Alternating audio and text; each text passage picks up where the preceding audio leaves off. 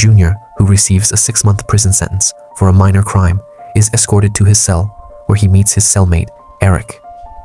It is clear that Eric is deeply afraid of something. As time goes by, Junior starts getting used to the strict routine of prison life. One afternoon, during lunch break, Junior walks past Brendan, who is playing chess. He notices a move that could lead to a checkmate, which Brendan has not yet seen, and tells him about it. Although Brendan is impressed by Junior's sharp mind, he warns him to keep his distance and respect personal boundaries. Meanwhile, Junior discovers that Eric is being physically abused by a gang leader named Dave. The gang often takes Eric to the prison bathroom, but no one dares to intervene. The next morning, Junior wakes up to find Eric lying on the floor with blood pouring from his throat. He panics and calls for help, but Eric does not survive. Dave and his gang shift their focus to Junior, making him their next target.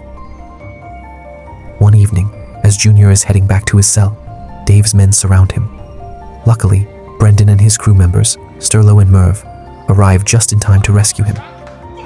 Later, Brendan calls Junior to his cell for a talk. Since Junior is not strong enough to defend himself alone, Brendan offers him a deal to protect him for the rest of his prison sentence, and in return, once Junior is released, he must do whatever Brendan asks. A few days later, Dave and his gang ambush Junior again, dragging him into the bathroom by force. However, Brendan and his men once again come to his rescue. They beat Dave badly and throw him down the stairs, ending his control over the prison.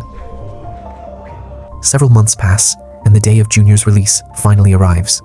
As instructed, he immediately goes to Sam, who provides him with a luxurious apartment by the beach and a briefcase.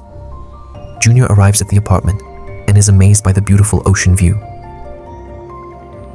When he opens the briefcase, he finds fake passports, new clothes, and a pistol inside.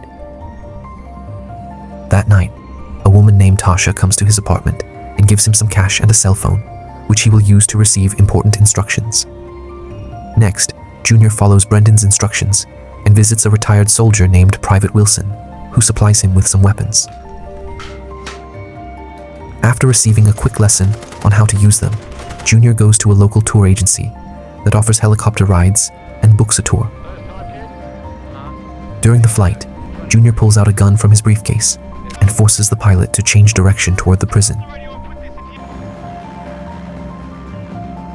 Meanwhile, inside the prison, Brendan, Merv, and Sterlo hold a guard hostage with a makeshift knife.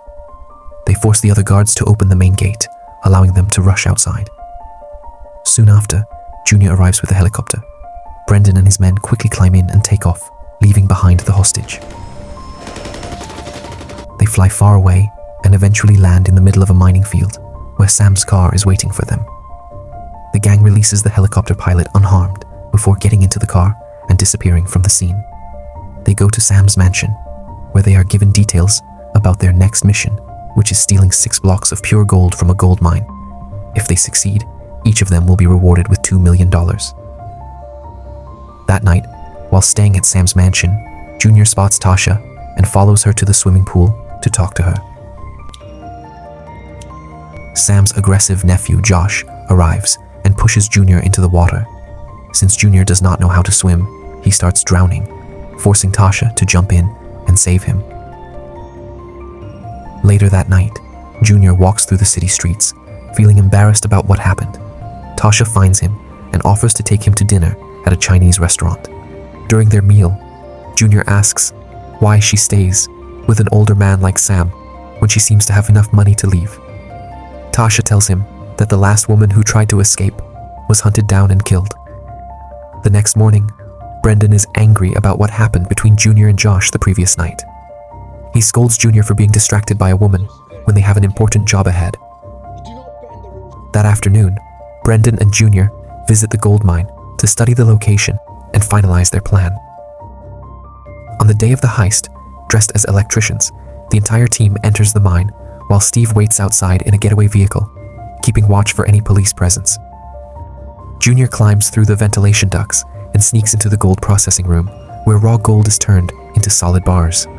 At the right moment, he jumps down, holds the workers at gunpoint, and prevents them from raising the alarm. With the workers frozen in fear, Brendan and the rest of the crew enter undetected. Once inside, Brendan forces the workers to begin processing the liquid gold into solid bars. Soon, Steve warns them over the radio that police sirens are approaching. Brendan and his crew quickly grab 6 bars of gold and begin their escape. Dressed as workers, they reach the mine's outer area without issue. Using hostages as shields, they make it to their getaway vehicle and speed away. But several police cars give chase, shooting at them. As they flee, Sterlo gets shot, severely injuring him. After a long and intense chase, Steve outmaneuvers the police, causing several of their cars to crash. Sterlo knows he won't survive and asks the group to give his share of the gold to his young daughter. They hide their vehicle inside a truck and drive to their safe house. However, Sam orders them to destroy the car to erase evidence. Brendan and Junior drive the car to a secluded area, set it on fire with Sterlo's body still inside, and push it off a cliff. On their way back, Junior gets a message from Tasha, warning him that Sam has betrayed them. This makes him and Brendan furious, so they secretly visit a grave where Brendan has hidden some emergency cash. Knowing that Sam plans to convert the gold into cash in Melbourne, they pack their bags and take a train to the city. On board, Junior reunites with Tasha, and they secretly make out in the train's restroom. After arriving in Melbourne, they book a cheap motel to avoid drawing attention. However, Brendan disapproves of Junior's growing attachment to Tasha. While Tasha's out buying food, Brendan warns Junior that she could be a problem for their future plans due to her history.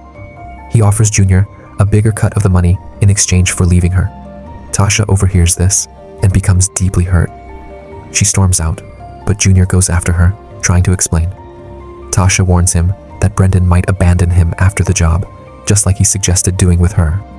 Meanwhile, one of Sam's hitmen, Wayne, tracks them down and finds Brendan in the motel. He points a gun at him, revealing that Sam has placed a bounty on his head. However, Brendan turns the tables and promises Wayne a bigger reward if he switches sides, and the greedy Wayne agrees. Early the next morning, Junior and Brendan head to the location where Sam is selling the stolen gold. They arrive just in time to see Josh handing over a briefcase containing the bars. Suddenly, Wayne appears out of nowhere, ramming his truck into Josh's car, killing several men. In the chaos, Brendan eliminates the remaining men and grabs the briefcase. Junior and Brendan then head to Sam's mansion for revenge, and without hesitation, Brendan shoots Sam twice in the stomach. That night, they book a motel and hide the gold under the bed. Junior sneaks out and sends the motel's location and keys to Tasha. The next day, Brendan and Junior buy a boat, planning to escape the country. However, just as Tasha predicted, Brendan betrays Junior, offering him only a small cut of the gold.